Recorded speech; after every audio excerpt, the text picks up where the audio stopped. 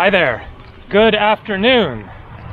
This is the incredible ancient city of Famagusta, also called Gazimagusa. Here you have the Church of St. George of the Latins, dating back to 1302 to 1307. It is quite likely that this was a Genoese church belonging to the influential Genoese merchant community. So this city is starting to look like one of the most incredible, impressive, ancient ruin sites in the world. I did not really know what to expect. I just stayed 2 nights in a hotel nearby, and from the 8th floor where my room was, I was looking out at the walled city that you just saw over there. And so I had the general idea that it was going to be pretty amazing, but now that I'm getting inside it and seeing the various ruins, looks like a church over here. This place is looking just absolutely mind-blowing. Look at that. Just massive. So I have my rental car parked right over there, 52 euros or $56 US per day, and I am returning it today. I am checked out of my hotel, stuff in the car, and I will be driving back to Kyrenia, dropping off the car, and then I will decide whether to make the border crossing back to the Greek southern side today or tomorrow, but very likely today. I have a flight out of Larnaca in 2 days. Looking forward to my next destination, but it has been a truly eye-opening experience exploring Northern Cyprus, also called the Turkish Republic of Northern Cyprus, or the TRNC, where I have been exploring around for the past week. Okay, let's figure out how to get there.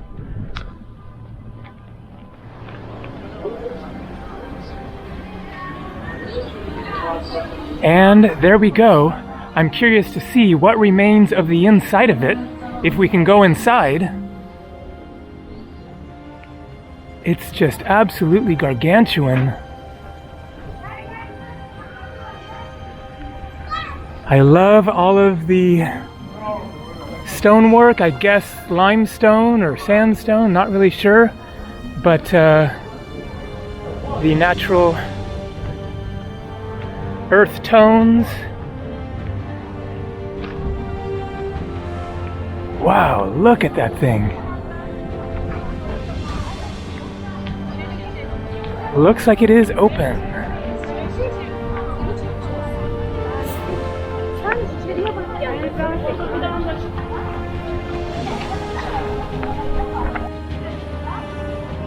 So, this certainly captures some of the history of this region of Northern Cyprus.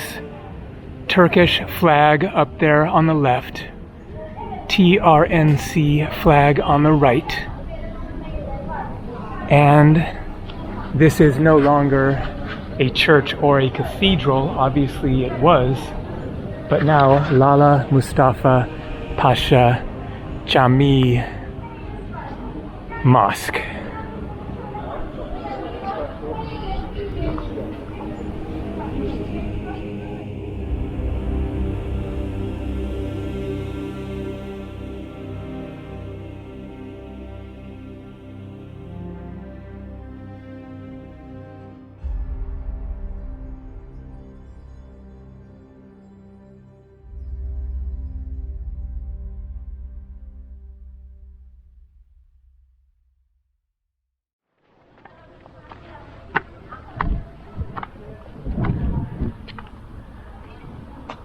So you can see damage to various parts of it. Some of it certainly simply the ravages of time, but it also looks like probably intentional damage to it as well.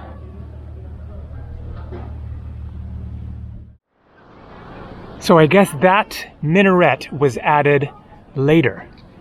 I just had a great conversation with a guy over there who I just randomly asked if he spoke English because I wanted to get some more information about that, and he was quite informative. He lives in the south of Cyprus, but his accent sounded kind of German-ish to me. But he said that the church, or probably a cathedral, was built by the French around 1200, and then later was used by the Venetians, and then, of course, when the Ottomans arrived and they, destroyed it to some extent, removed the Christian symbols from it, you don't see any crosses or anything, and turned it into a mosque. So that was a new one about the French. I didn't realize that they were here as well.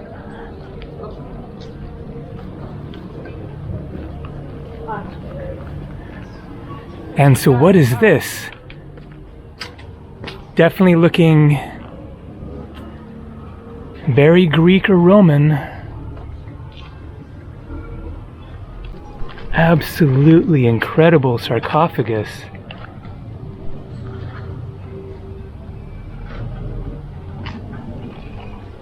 Okay, we have some information here.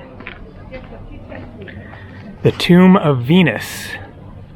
So travelers' accounts of Famagusta in the 16th century refer to the tomb of Venus between the columns of Venetian palace. So that doesn't reference when it was created. So that sign doesn't really tell you much. I'm not sure then if this is ancient Greek or Roman or Venetian.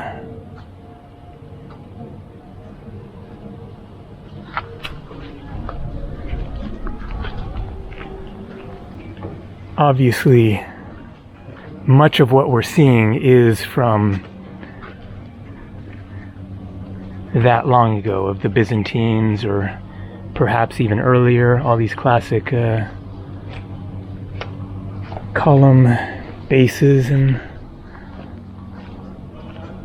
look at this, a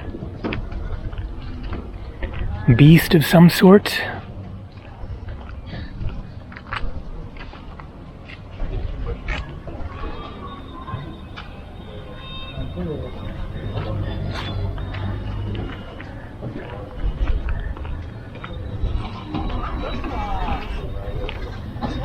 Wow, there is just so much to see of this city.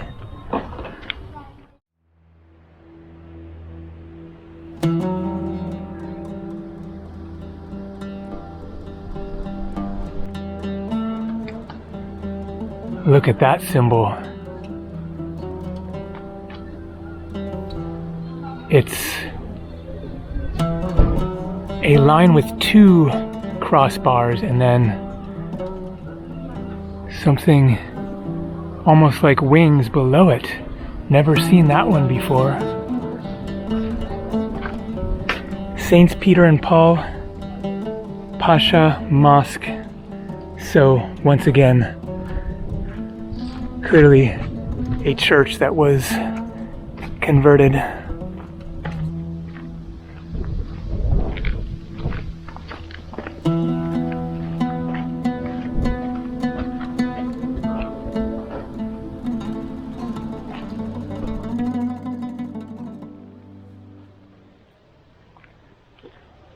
And so, as I've mentioned in previous videos, then my cell phone service isn't working because I am in Northern Cyprus. As soon as I crossed over the border, or at least a little while after crossing over the border.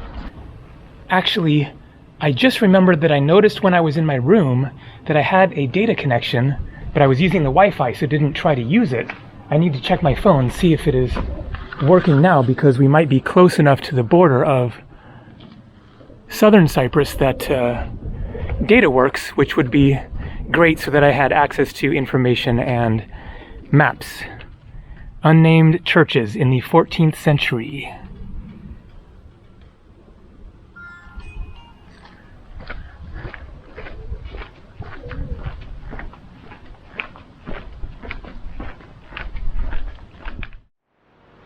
So I checked and I don't have data service. Perhaps it was working before because I was on the 8th floor. So I'm unable to look online for more information about what we're seeing, but from what I read online earlier, this city was first established at the same time that the Greeks first arrived here after the Trojan War in around 1100, 1200, 1300 BC. So more than 3,000 years ago. So this city has a lot of history. And so I'm just going to wander around a bit more. Definitely want to get up onto the big walls. And otherwise just see what else there is to see. Walking around this absolutely fascinating historic city that is not very well known to the world, especially for its magnificence.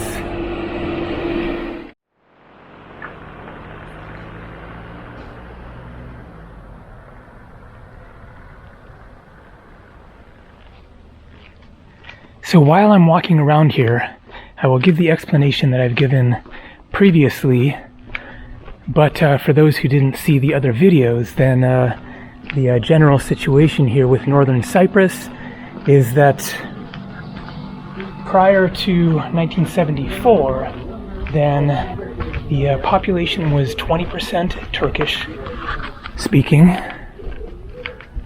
Merhaba. There you go, little Turkish language. But everyone was intermixed, more or less.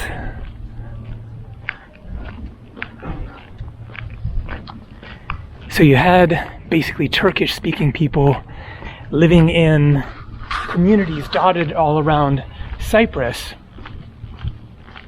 and Greeks as well, being a substantial majority, 80% or so.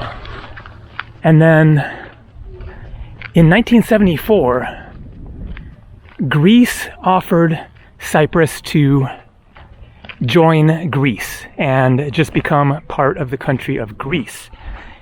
As a result of this and various other factors, Turkey decided to invade and take over what they could, basically. The green line, the border that separates north and south, running east to west, was actually established before that in the 60s, but that became the official border separation between northern Turkish Muslim Cyprus and southern Greek Christian Cyprus, majorities anyways. And as a result, then the Turkish people fled the south and all moved to the north. The Greek people fled the north and moved to the south, so that you now have this very stark separation in which here on the northern side it is 99% Turkish people. Greeks are only 0.2%, a fifth of 1% of the population of the north.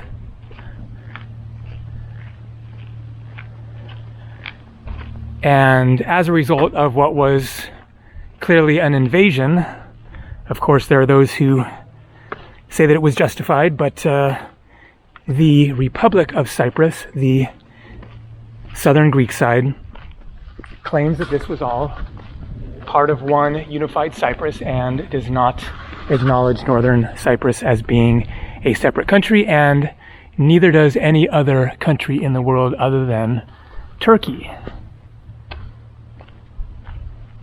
And so Northern Cyprus is stuck in this limbo of not being recognized as an official country, for 50 years now since that invasion in 1974, and with no resolution in sight. So Famagusta here was a majority Greek city, and it was like the main tourist spot. There's a whole ghost town of, I guess, all of the resorts and hotels where all the tourists would stay that has been totally abandoned. Okay, here we have some information. Church of St. George of the Greeks. Church of St. Simeon, built in the 1360s by Lusignans. So I'd never come across that before until I got here, and then I've been seeing it all over. That was one of the empires. I will put a subtitle below, just a quick explanation. Who were the Lusignans? Where did they come from?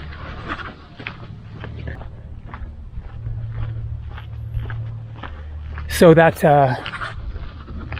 hotel ghost city area is south of here.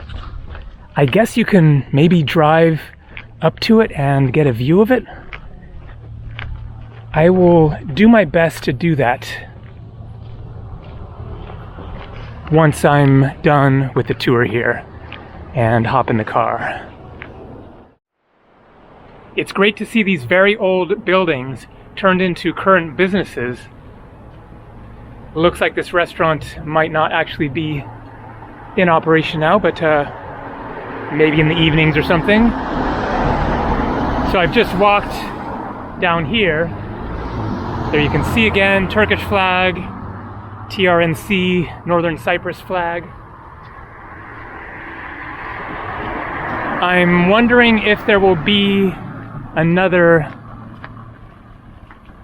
archway entrance. Looks like there is. Excellent.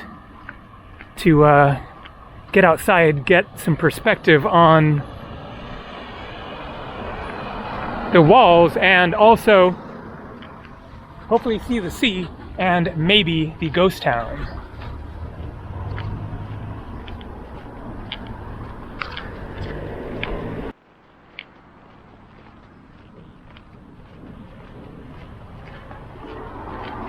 And there is the harbor. Here we go, exiting the old city. Gazimagusa, 1571. Looks like referencing the history of the Turks. I guess arriving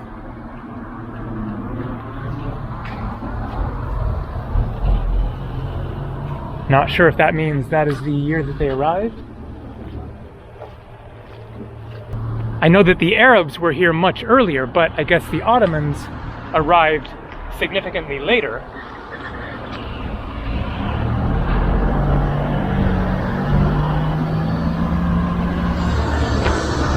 So, is that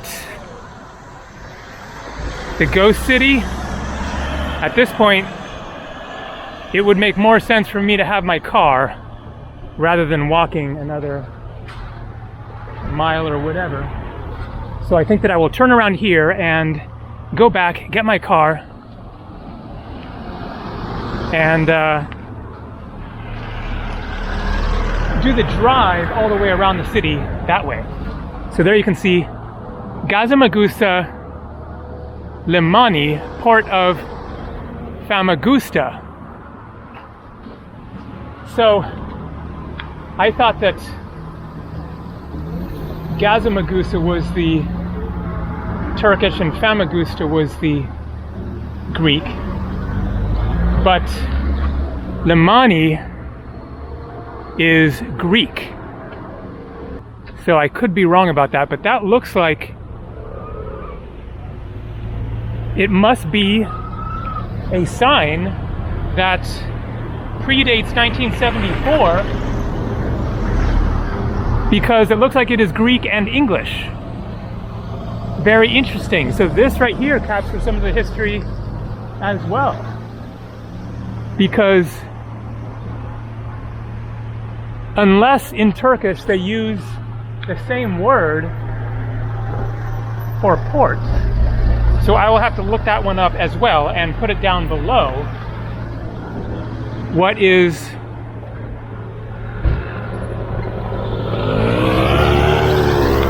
port in Turkish? And that will answer the question of what's going on here. Is that Turkish in English or Greek in English? Now, normally, of course, that should be abundantly obvious, so I will get that straightened out.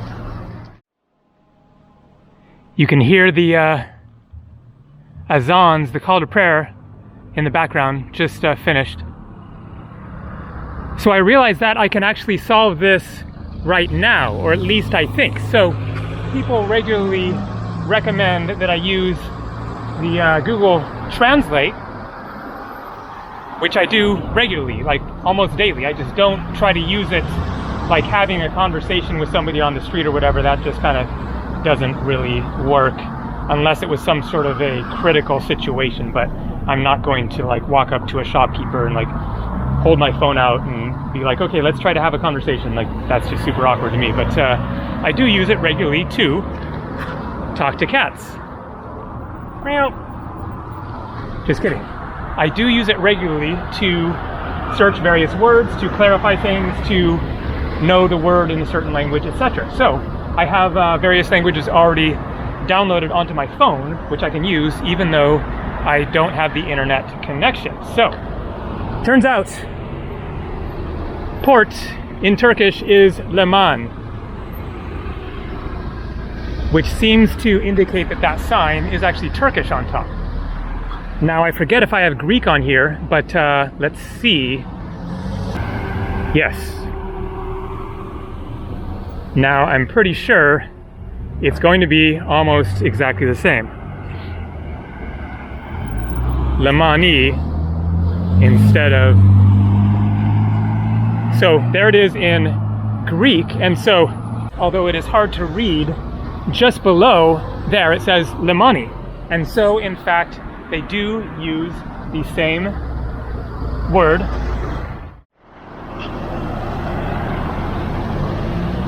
Some nice restaurants here, kind of the center of the tourist scene. My car is parked right over there, and we can get up onto the massive wall. Lion, Venetian symbol. So here we go, we have some great information on this sign. First, we have a confirmation that indeed Gazimagusa is the Turkish name. Gazimagusa Aslani. Aslan, does that ring a bell for anybody? The lion, the witch, and the wardrobe. The lion's name is Aslan. And then the lion of Famagusta in English or Greek. The lion statue belongs to the Venetians, who established a trade colony on the island, representing their power and wealth 1489 to 1571 AD. Now also a symbol for Famagusta, the lion or the little lion became part of the local community. The phrase, "If you have a complaint, go tell the little lion," referring to the statue, is a Cypriot saying, since people would whisper their complaints to the ear of the little lion. Representations of lions were often placed at the entrances of castles, ports, and bridges, symbolizing Venetian power and wealth. These lions appear in two distinct forms. The first form, as exhibited here, is made of local limestone, extending its front paws firmly on the ground, indicating the Venetian domination on the land. The second form is carved on marble plaques, being St. Mark's winged lion, and is depicted resting on the sea and holding St. Mark's Gospel under one paw, symbolizing dominance over the seas. Examples of these representations can be seen above the entrances, such as the Othello's Tower and the harbor side of the sea gate. We will go see Othello's Tower next, down there. Another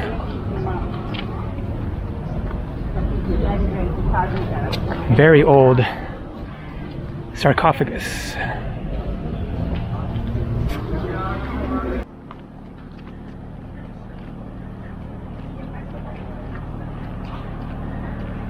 So I wonder where the ferries are going to. Data Star Tripoli. Does that thing go to Lebanon? Tripoli is in Lebanon. but maybe that's just the name.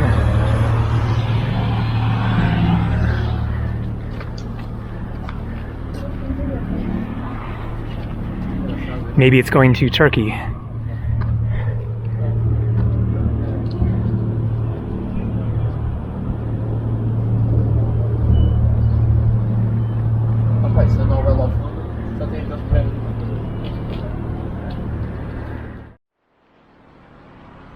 Othello Tower Citadel.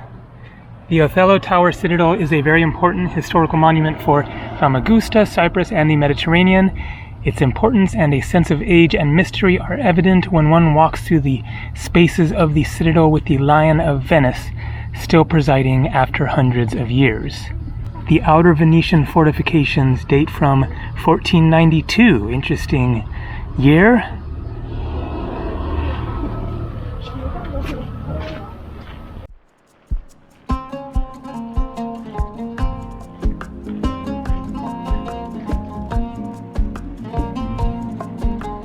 So this is the first time that I had to pay to enter anything into the old city here, 50 Turkish lira or $2. And here we have, again, the Venetian lion guarding over the entrance. A depiction of Othello's tower there, I assume, on the left, and Latin. So, a year, 1480. 1450, 60, 70, 80. So, 1480. Nicolau Foscareno Cypr. And then it's marked off, but that must be Cyprus. Cyprus Prefecto. It is the internal castle on the corner of the northeast side of Famagusta. There used to be an old tower and fortification built in 1310. The current Famagusta castle was reconstructed by Venetian captain Nicolau Foscarino, and that is what it says there, Nicolau Foscarino. Okay. Nice and cool in these rooms. It is a hot, hot day out there.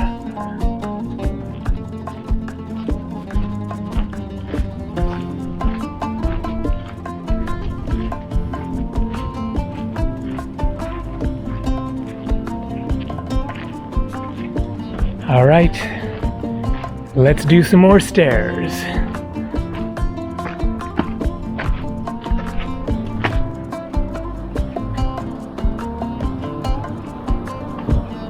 The grand overview.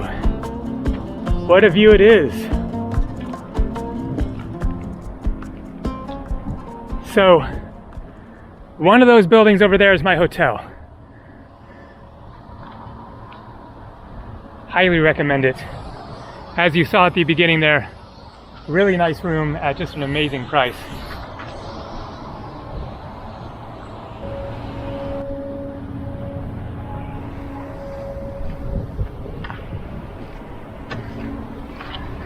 So I'm now going to drive around the old city this way, see if we get a good view of the Famagusta Old Town, and then head out that way. There are more ancient ruins to see there. Just a few kilometers north of Famagusta. So that sign says Varosha Visitor Entrance. Varosha is the ghost town. So maybe I can actually go in there. Let's find out.